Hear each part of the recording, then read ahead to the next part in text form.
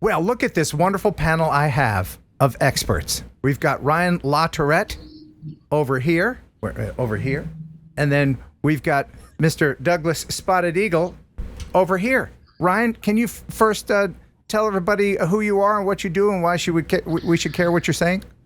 Yeah, nobody should care what I say, but I am the Director of Regulatory Affairs for the Great Lakes Drone Company and a founding member of the Michigan Coalition of Drone Operators. And you are... Why should you care? I'm out here trying to advocate for the industry. Yes, exactly. And you're using your own funds to fight the good fight. You're in everybody's corner in regulatory matters, and we appreciate all of your efforts.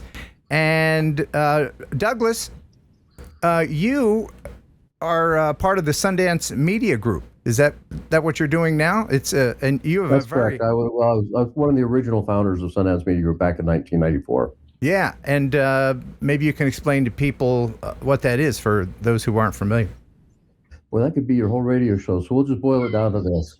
Sundance Media Group's been around for 32 years now. We started out as a training organization for what was called the AAA. That would be Apple, Avid, and Adobe. And then in 1998, we picked up Sony. So we've been training in those broadcast spaces and arenas for quite some time. In 2008, we got into unmanned training or uncrewed training. Back in the days when we still called them RPAS, remotely piloted aircraft systems, we didn't call them drones back then. Needless to say, we've been, SMG or Sundance Media Group has been training drones and then providing limited drone services since around 2010. And the whole point of this little panel is to give an update of where our hobby and where your profession is for those who are doing this professionally. There's been a lot of things happening, and we want to let you know exactly what to expect in the months and possibly years to come. Ryan, give us some good news. Oh, I'm sorry. We'll have to skip that. Oh, no. Oh, no. All right. So everything's banned. The hobby is dead. Roll credits. Right. Okay. No, I think some good news, right? So let's talk about remote ID. Nobody likes remote ID. That doesn't matter anymore. It's been in place for several years now. I think the latest that has come out is the FAA did come out with the latest Assure report. And it basically said when they were looking for remote ID signals across more than 1,000 areas, they came up with 96% went back to DJI drones. Mere 2% was Skydio drones, and then the rest was, under 1% each. Now, those numbers, they had to qualify that to say, look, there's a lot of FPV pilots that are out there that don't use remote ID. Those drones aren't getting picked up. There are drones that are under 250 grams, right?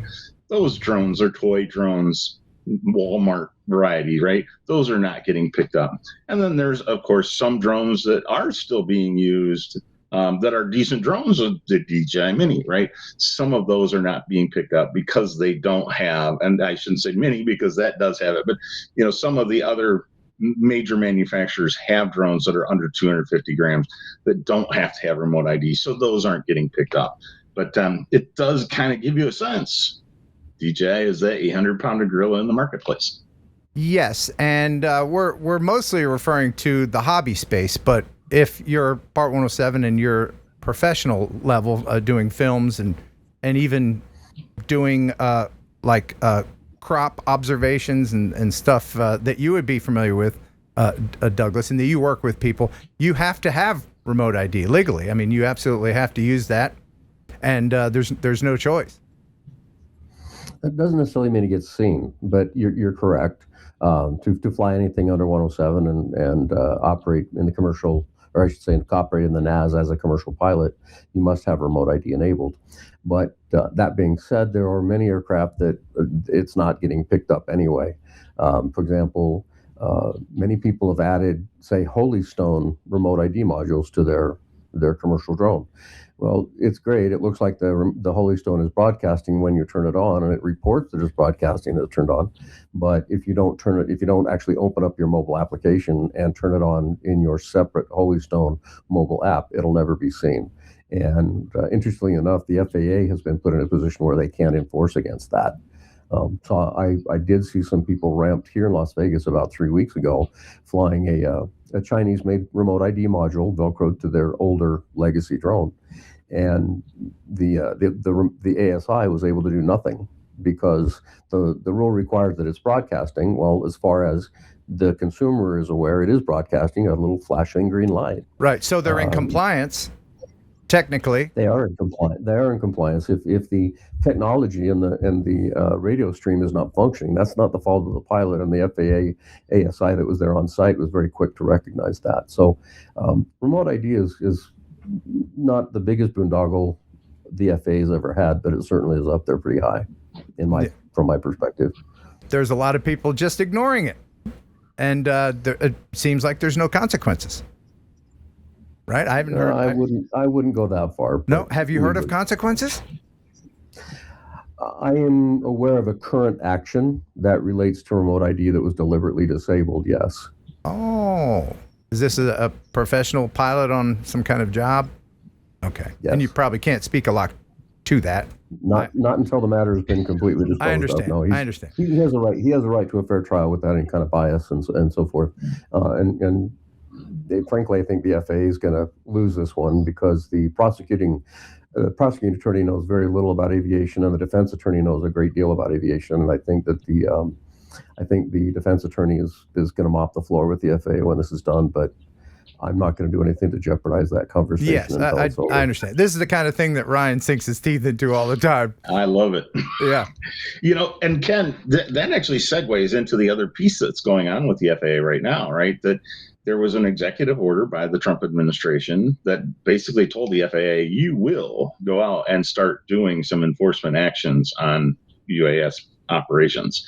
And so the FAA did come out and they issued an order that say, we are going to do this. So if you are flying in airspace that you should not be in, or if you are interrupting emergency services, they are saying, okay, we are no longer in an education phase. We're not going to go, hey, call us, we'll talk to you, we'll slap you on the wrist. And no, they are going right to enforcement action. So, and this is all because of that Trump administration executive order. So the FAA is going to have an enforcement arm for real? Yes. Okay, and they've been using it. Because they've always had one. It's just not necessarily been implemented. Douglas, I don't know if you know, but I drive an old cop car around that says Drone Patrol on it. And the whole inside joke was that there was no enforcement arm of the FAA, and I was the de facto Drone Patrol doing just that. And so I guess it's not that funny anymore. I guess we need to, let's see, I think that means we need to have an FAA ASI come locate you and identify you as impersonating a federal agent. Oh, my goodness. Well, I do get pulled over a lot by real police, and it's kind of funny. Are you law enforcement? No, I'm the Drone Patrol. As long as it says patrol, I think I'm all right. Actually, I've been working with a company called DroneTag. They have these little remote ID receivers. I call it a friend finder because that's what I use it for. I don't go out and pester anybody. I just say, hey, somebody's flying around here, and I go find them. They actually gave me this thing called the DroneTag Scout, which is made for airports that is this big and huge. They sent me one because I asked for it. I'm going to put it on the cop car and see if I can detect drones for 20 miles around the car. So that'll be fun. But it is interesting because you can use the DroneTag app on a map and see where the drones are flying. I did it driving around in the car yesterday. I've got Starlink on the car, just driving around. You can see them all over the world. It is very interesting. Is it intrusive? I don't know. Your thoughts on just on RID in general, Douglas? Do we need it? Well, do we need it? At this stage in the game, yes, but for reasons that most people aren't thinking about.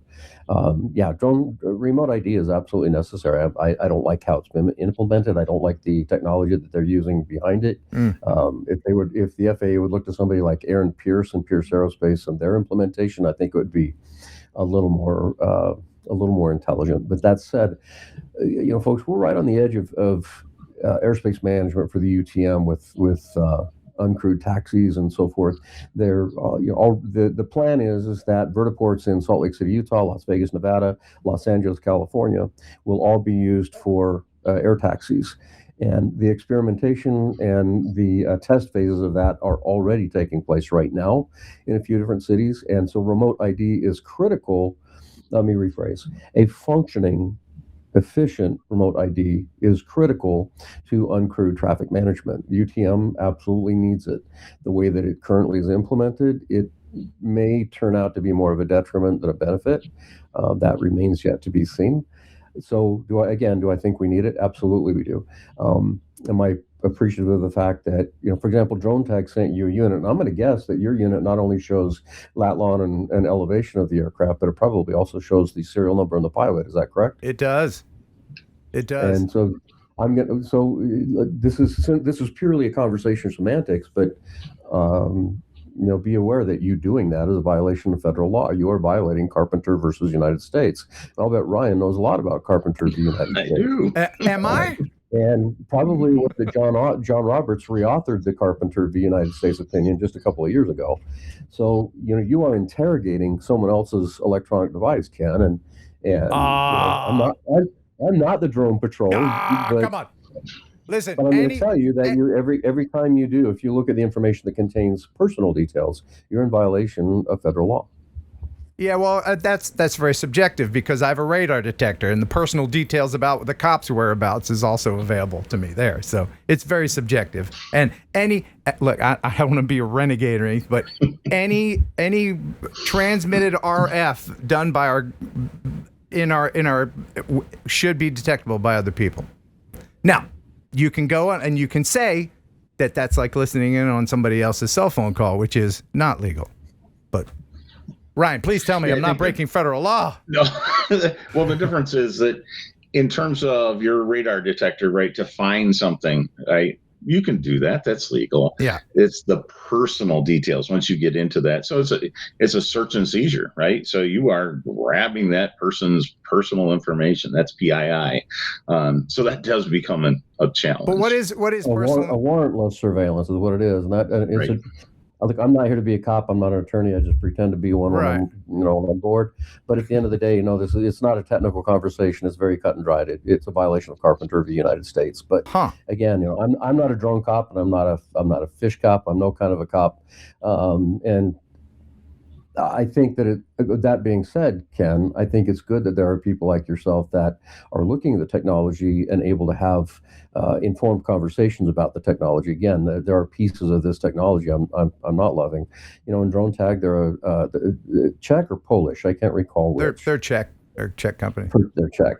And, so there would be the argument that further it may be determined a foreign non-covered entity is also now seeing that data if they're allowing you to do that. So they're just, I couldn't care less, and I don't think that it's anything that's worth applying too much information into. But I think Ryan would support me in saying that there's an element of risk there. Yeah. No, and actually, I think, circling back to what you were saying, Doug, in terms of remote ID, yeah, it was poorly put in. It shouldn't have happened the way it did. But it is that next step as we get to UTM. And so most people in the drone community don't really understand UTM. Well, that's your radar for airspace, right? So that's your air traffic control. Please tell people what the acronym UTM is. And a lot of people don't understand what that is. Uncrewed traffic management. Yep. Yeah. You beat me to it. Okay. I said it early, so I forgot. I didn't mean to jump on you there, Ryan, but. Yeah, no, but, think about it that with aircraft, right, they have ADS-B. So we've kind of all understood, I see this alert coming onto my controller. Yeah, you are seeing the ADS-B signal of an aircraft that's broadcasting ADS-B. The FAA has said numerous times, we are not going to allow unmanned aircraft to have ADS-B because they make this understanding. It will overload the existing system, right? You'd have every ATC going, oh my gosh, there's 3,000 aircraft right here in the next, mile and a half radius. So the FAA has said, look, we're getting away from that. Aircraft are still going to have their ADS-B but remote ID is what's going to be used for unmanned traffic. And then all this gets put into that traffic management system so that you can keep track who's in the sky where, so we don't have collisions. The government is not known for elegant solutions. And Hey, they're not happy till we're not happy. That's just, it's important you remember that. I have a T-shirt that says that. So do I. Yeah. All right. Is this clunky RID going to continue to failure, or is it going to be polished into something that will be usable? I guess it has to be the latter. I know that this is going to sound political, and I do mean for it to. Ask us in 2028. I think that's a good answer. And I would also. This isn't about commenting on the current administration, outside of saying that Sean Duffy is easily the least serious person that we've ever had in this kind of a role. Agreed. He's the least knowledgeable. Agreed. He's I've met with him. I've spoken with him. I have met with and spoken with every FAA administrator that we've had in the last roughly 10 years. This guy really is the MTV clown that we frequently see him to be. And that's not, again, not a comment on the administration, it's a comment on him. And when I met him and we spoke, I asked what his plan for remote ID and how it would be implemented into the UTM with these disparate foreign actors that are now already spoofing UTM signals from uncrewed airframes. He didn't know what remote ID meant. Wow. Wow. The person most responsible for safety in the NAS did not know, and this was in November of 2025. So in other words, 4 months ago.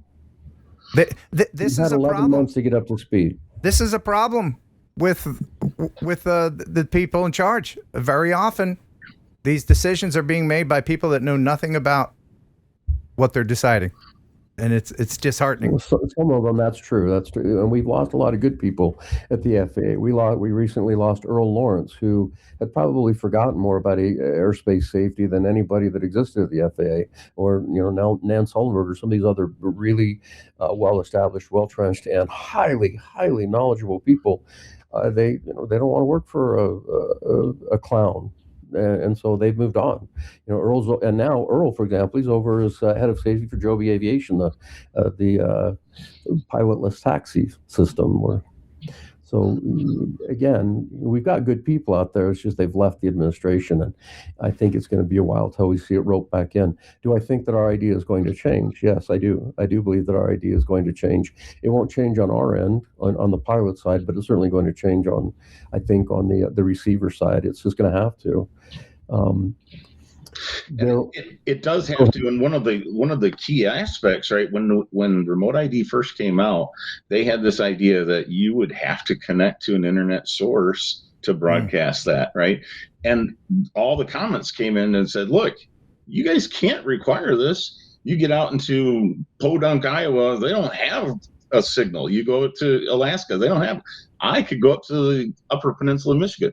There's no signal there. I'd have to have a satellite phone. And so the FAA backed away from that. They rewrote that particular language when they closed and finalized the remote ID regulations. But they put in place, we're going to revisit this. And so that is coming back around at some point. Well, they have to make concessions to accommodate reality, right? Yeah. So... get ready to buy a satellite sim. I mean, it may come to that kind of stupidity. I hope not, but it may well do. We fly out in Death Valley regularly. There's no cellular signal out there. So, not to change the subject, but please, Douglas, would you ride in an autonomous air taxi? Already have, absolutely. 100%. Not one that had hundreds of people doing a demo and that their whole company's future depended on you living. But I'm talking about once it's implemented and they seem to be as common as buses. Would you? Most likely. I most likely would. Bear in mind that none of these aircraft for now will fly more than 4 people. Oh. So that's the first thing to be aware of. The second thing to be aware of is NDA prevents me from commenting too much on certain things, but Come somewhere between August and September, so probably debuting at ComUAV, you're going to see some new, not some new, but you're going to see policies from the FAA being publicized, and you're going to hear some announcements from some very large organizations such as Google and others about how the UTM RID will function, because we're only a couple of years away from really doing it. Ryan, would you ride one of those?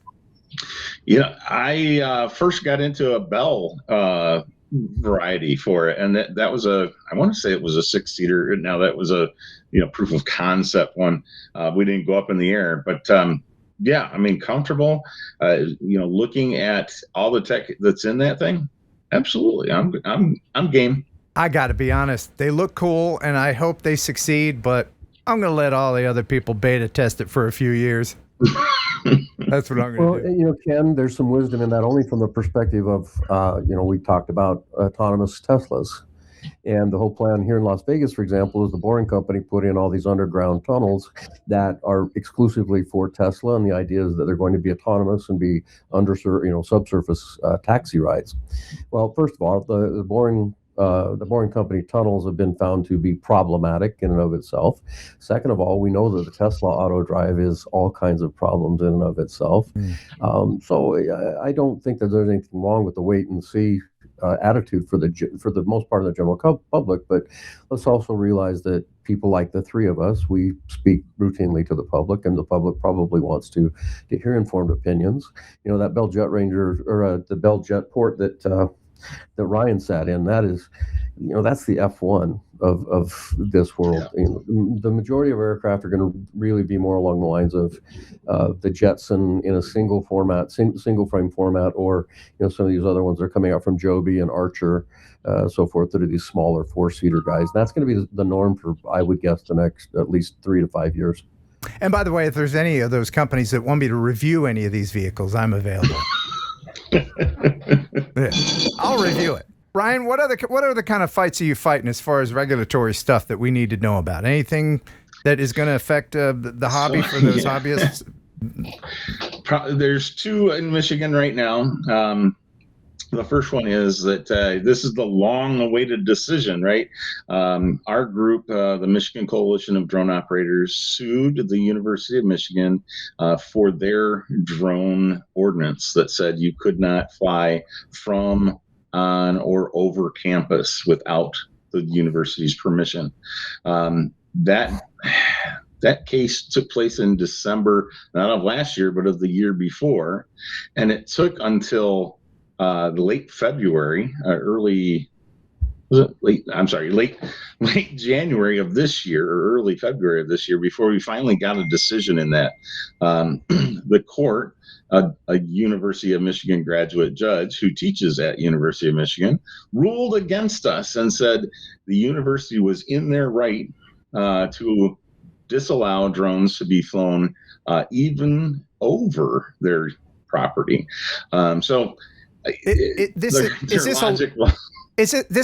seemed like that would have been a slam dunk, in your favor, because is that a land rights thing? Is that what they're? It seems like they wouldn't be able to do we that. were saying, look, this is separate entity of land use jurisdiction. You're making a call for your land, but you do not have control of the NAS, right? Yeah. And so basically pointing to 49 USC 40103 and saying, look, this is the FAA's sole jurisdiction. And the judge did not see it that way, so he ruled against us in full.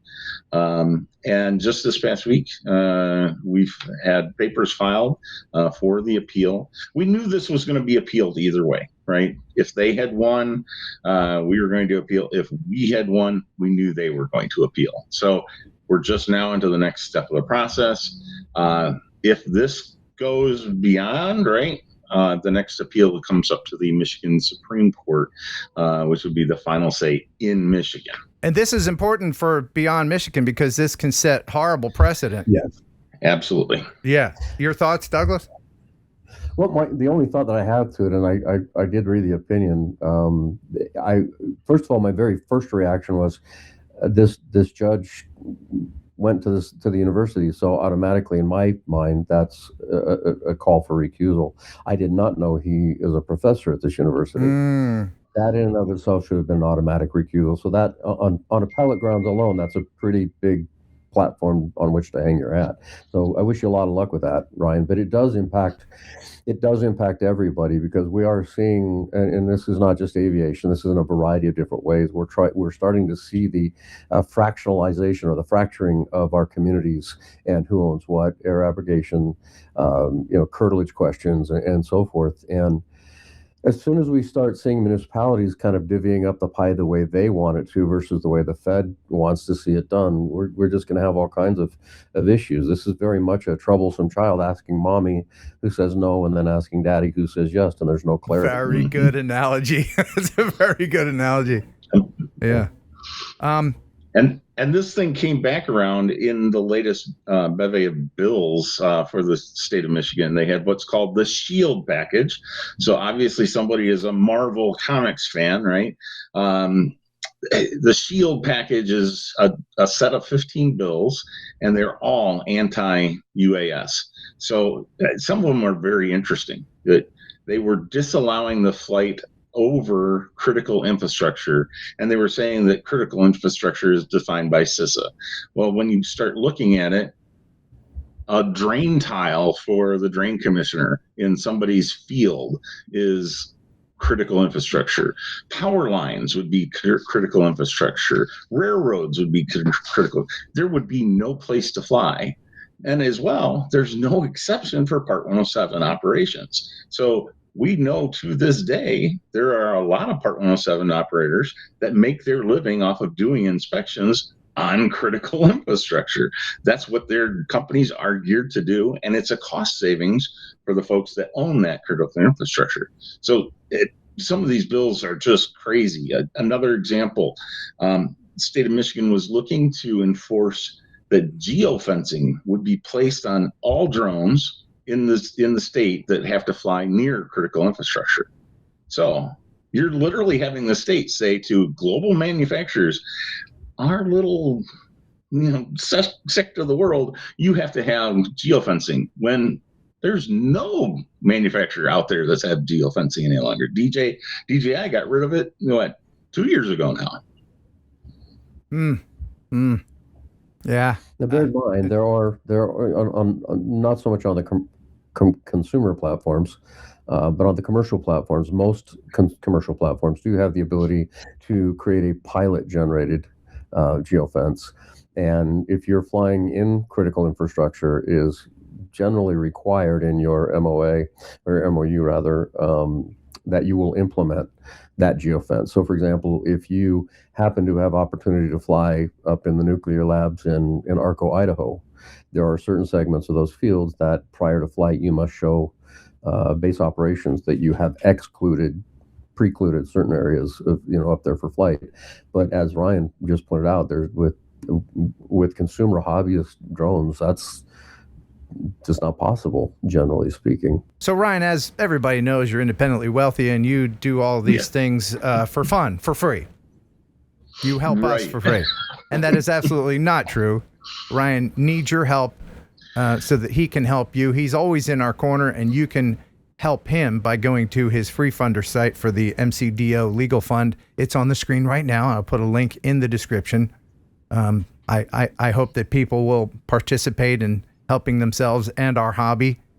Just very quickly, what other fights do you have coming up, Ryan, that you're working on? Because I know everybody calls you when they have a problem, when there's a question about legality and wherever they live. Yeah, and I'm open to that. I really encourage, if you're running into issues, please holler at me, right? I'm going to see what I can help out with. And the free fundraiser does help with that. So when we're looking at things that need our involvement, and that can be an amicus brief even, right? We have attorney's fees that we're going to have to pony up. And so any bit of help in that $5, $10, $100 donation can get us over the hump in some of these cases. Douglas, you were involved with Autel for a while. What did you do for Autel? I was an outside consultant in Autel essentially for market reach and product development. Okay. Okay. So you can speak to this, possibly, and I know you have a lot of experience with all kinds of drones in every which way. What is your opinion and advice, possibly, for our viewers, for those who are worried about buying the next great drone, the next the big? There's some DJI stuff coming out that people want. There's some Autel stuff coming out people want. What is the legality of importing the stuff and using them? Because as I understand it, as long as there's an FCC authorization, then that product is okay, right? Yes? Yeah. No? Yeah, so one of the questions that have come up at several different trade shows, for example, even last week I was at a survey event, and one of the resellers was saying, we can't even legally sell DJI, or we legally can't even sell Autel anymore. That's simply not true. If it's already a landed product and it has licensed frequencies, sell it, fly it, use it. Where you will run into challenges is if you've got, depending on the state. Now, if it's DJI, it's this, for the most part the same everywhere.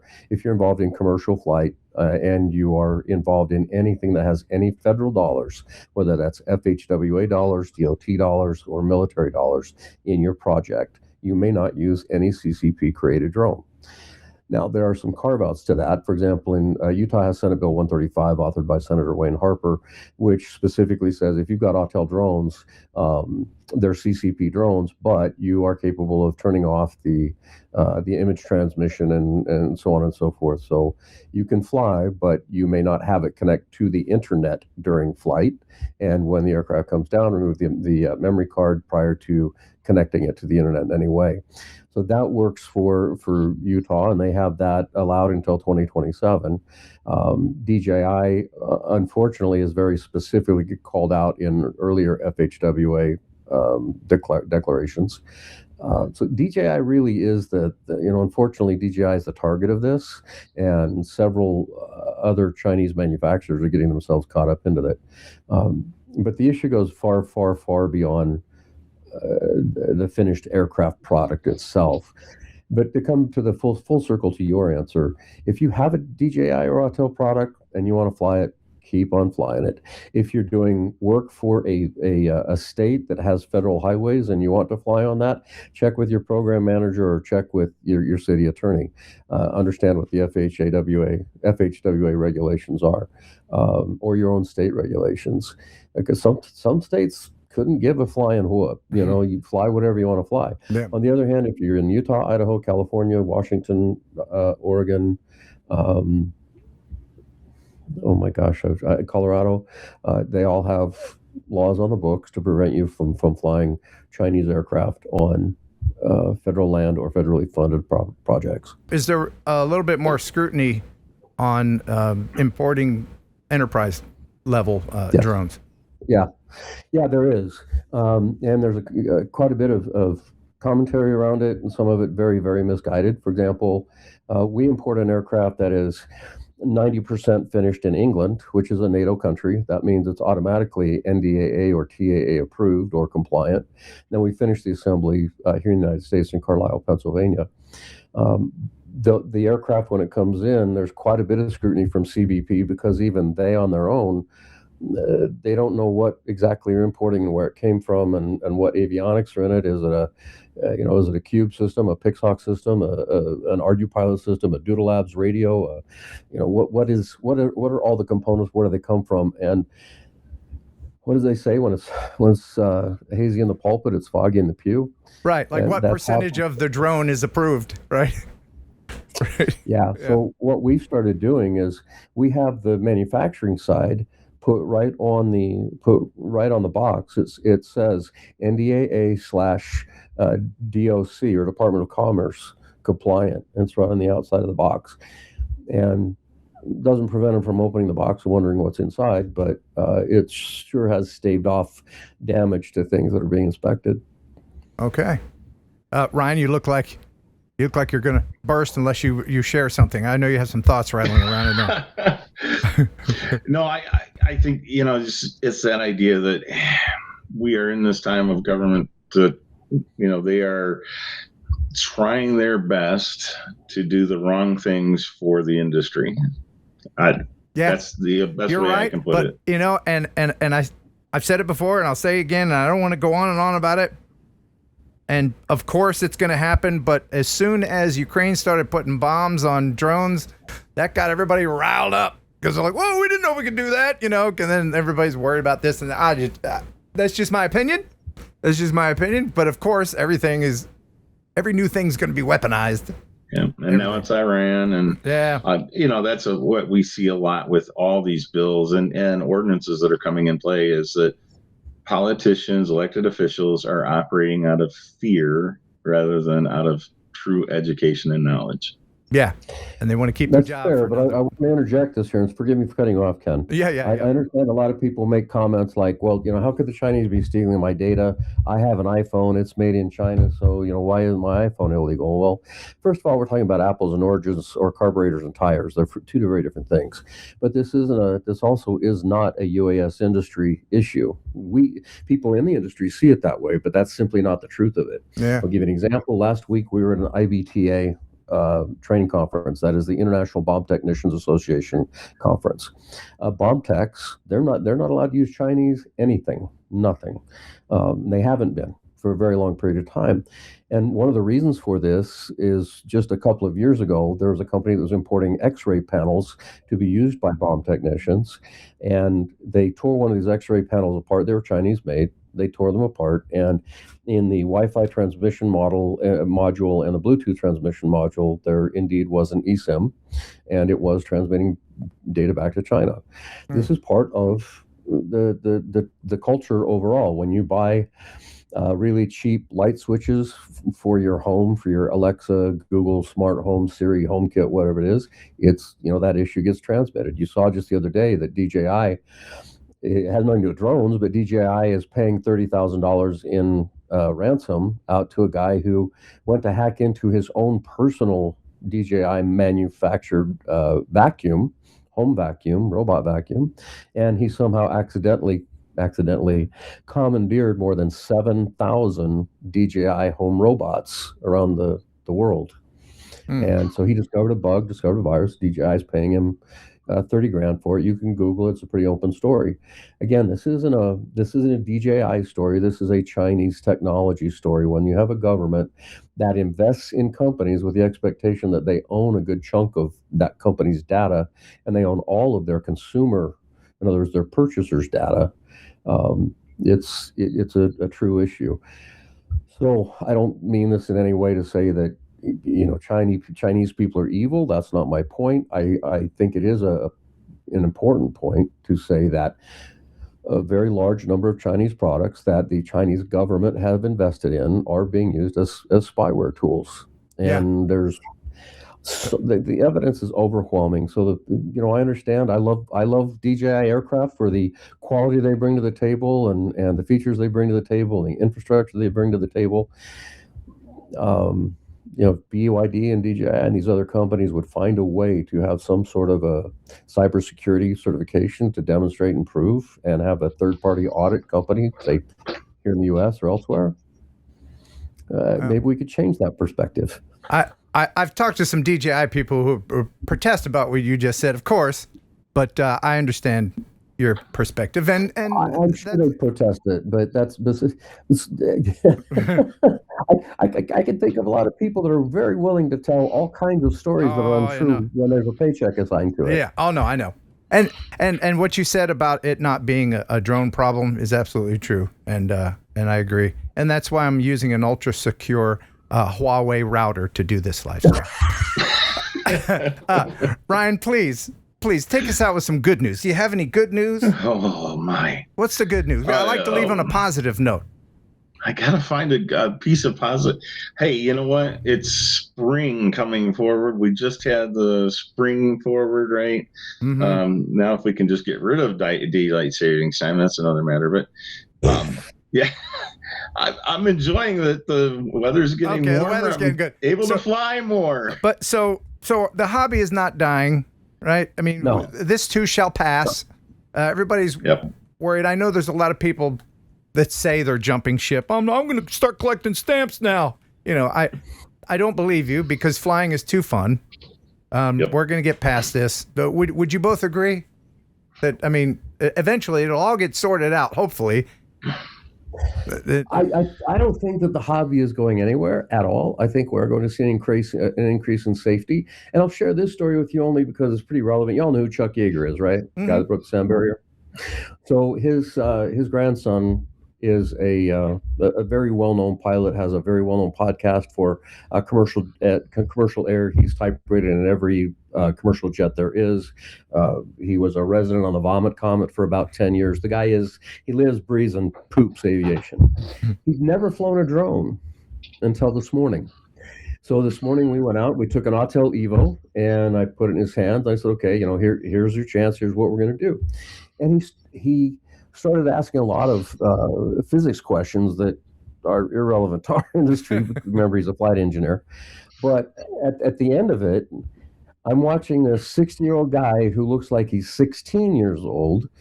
He flew through 4 batteries, and well, okay, how long is it going to take to charge more? And my point is this is a guy who has lived, breathed, crapped aviation for 60 years. He's got, arguably, his grandfather's one of the most famous aviators on the planet. He'd never even been exposed to UAS before. And what did he do this afternoon? First thing he did was where do I buy one? How do I buy one? That's awesome. And of course, he had a smile on his face the whole time. Yeah, but the point, and he's not going to be a commercial pilot. He's not interested in that. I mean, for Pete's sakes, he flies long tubes with 300 people in it for a living. He just wants to have fun. And if we can have somebody that deeply embedded in aviation just see the aircraft as a fun tool to play with, I think that's a portent that we're not going anywhere. Fun flight is fun flight. Absolutely. People enjoy fun pursuits, and it's an inexpensive pursuit, relatively speaking. Yeah, we all have that dream of flying as a superpower, and now thanks to technology we can do it, and we'll continue to do it. That's right. Thank you so much. I've got all your links in the description. Ryan, I will put your contact email in the description as well, along with your MCDO Legal Fund link. And Douglas, thank you so much for joining us here. It was a pleasure to meet you, and I hope you come back again sometime. I'd love to, Ken. Thank you very much. All right. Thanks, Ryan. Ooh, thank you. This video lovingly sponsored by RemotePilot101.com. If you are serious about making money with your drone, whether it be photography or FPV, well, then you're going to need from the FAA a 14 CFR Part 107 certification. And the best place to study for that certification is RemotePilot101.com.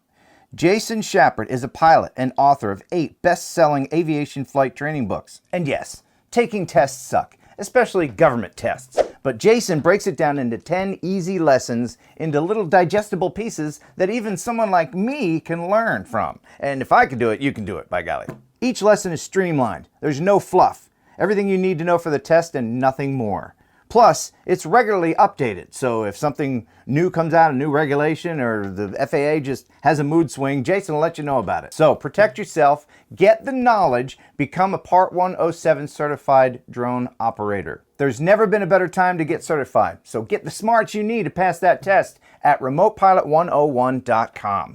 Use Heron 18 to get 30% off. That knocks the price down to $104. Look at that! Boom! Magic time! You wouldn't drive without a driver's license. Don't fly without a UAS license. RemotePilot101.com.